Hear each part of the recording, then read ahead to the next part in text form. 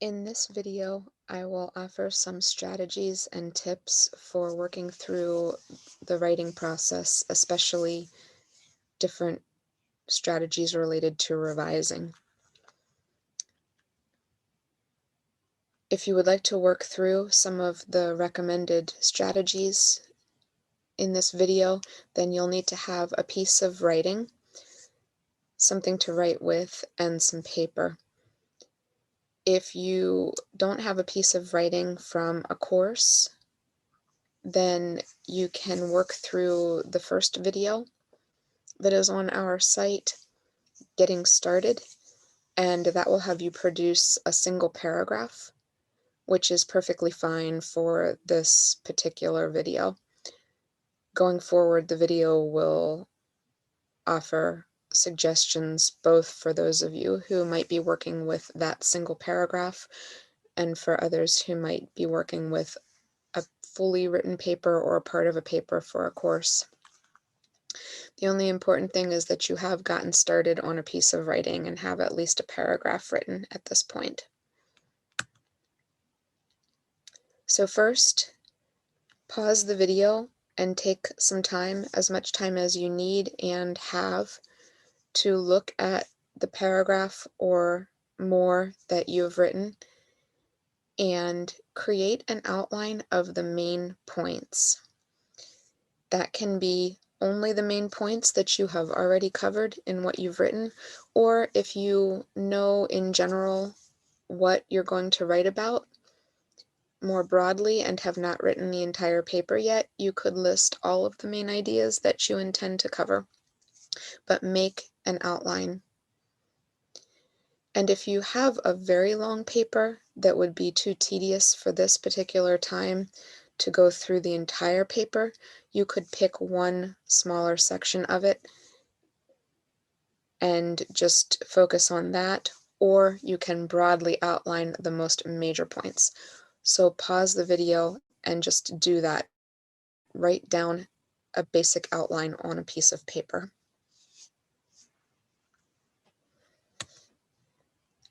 Now that you have a broad outline, keep that somewhere that is visible and easy to go back to. Make it serve kind of like an anchor for you that you can return to if you need to in order to understand what it is you're trying to accomplish if you get stuck.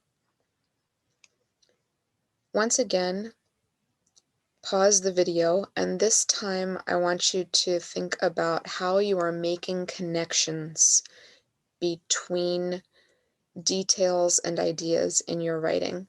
So choose one paragraph. You may only have one, and that's fine, but if you have more than a paragraph, choose just one and read through that paragraph and make a note of where you go from one point or one detail to the next. This can be from example to example, or from main idea to example, from example back to main idea to conclusion, all of those things that are packed into your paragraph. Every time you move from one thing to the next, find out where those are and look around to see if you have transition words or phrases connecting those main points and details. So pause the video and take some time to do this. And if you find places where there are not transition words that you think you need them, try to add something.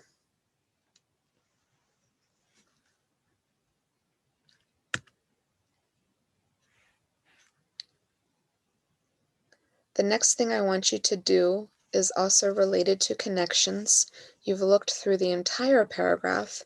Now I want you to pause the video one more time and look at your first sentence and your last sentence. If it's your first sentence and it's only one paragraph, or you have nothing that comes before it at this point, then ask yourself, does this sentence do a good job of introducing the point of the paragraph? If this is a paragraph that's in the middle of something and you have a previous paragraph to look at, ask yourself also, does it connect in some way to the previous paragraph? So you might need to look back at that previous paragraph and see what the main point was. Also look at your last sentence and see if it either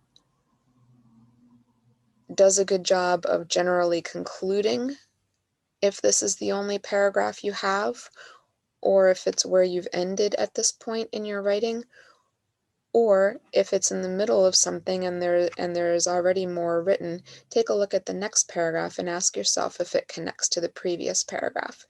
If any of those questions are no, then revise so that your first sentence either introduces the paragraph well and or connects to the previous paragraph, and that your last sentence either draws everything to a close and or connects to the next paragraph. So pause the video and take a few minutes to do this.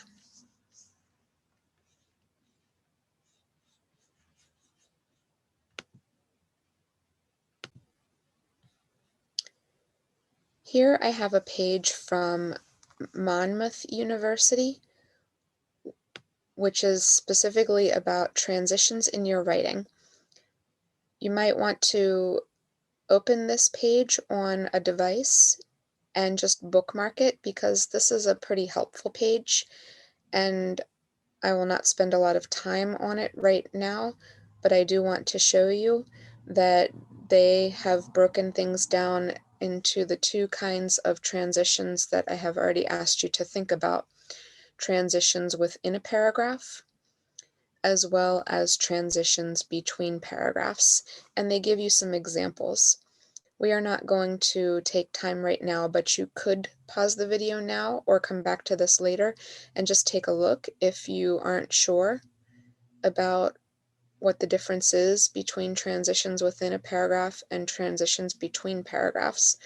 And what is also worth noting is that at the end of this page, they have some commonly used transitions in a table according to the purpose of the transition.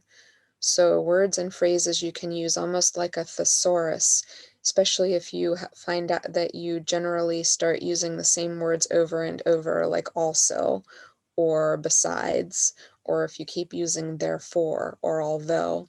One important thing that's part of the art of writing is to find ways to use a variety of different words and phrases, and a site like this can really help you to quickly find other words and phrases you might use.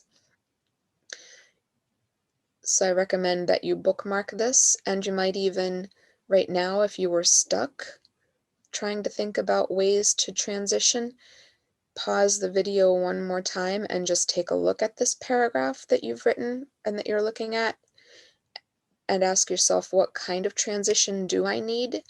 And see what word or phrase might work best in that particular place. So if you have time, that is a great activity to do right now. But if you don't have time, I do recommend that you start working on that and making it a habit. Another site that I will mention again at the very end that has some information about transitions and also has them broken down by different types of transitions is the Purdue OWL Online Writing Lab through Purdue University. I will recommend this again at the end of the video because it is a good resource to have in general for academic writing. But you could bookmark this as well and use another site like this to help you think about how you want to use your transitions and what might be the most effective transition to use in a certain situation.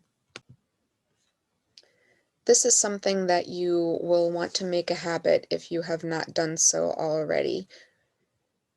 An important thing to think about with writing is that you are really trying, especially in academic writing, in American and European colleges and universities, when you're writing in English, you are really trying to do as much as you can to help the reader know exactly what it is you're trying to say, organizing things and expressing things in a way that is clear to the reader what your point is and why it's valid, what your idea is and why it's worth considering. So make a habit of checking your writing, not when you start writing, but when you get into the revision process. Make a point of going through and looking for the beginnings and ends of paragraphs to make sure that things are connecting properly between paragraphs, to make sure that your first sentence in your new paragraph introduces the main point of that paragraph, and that the last sentence is not just one final example or final major detail, but that it is actually something that concludes the point of the paragraph and or moves into the next paragraph somehow, if the next paragraph really does just continue the same point. For example, if you have broken a topic into two major examples and one is devoted to one paragraph and the next paragraph is devoted to the next one, then yes, you don't necessarily need to have a major topic sentence for the second paragraph, but you do want to show in some way that you're transitioning to the next example and how it stands out in comparison to the previous one.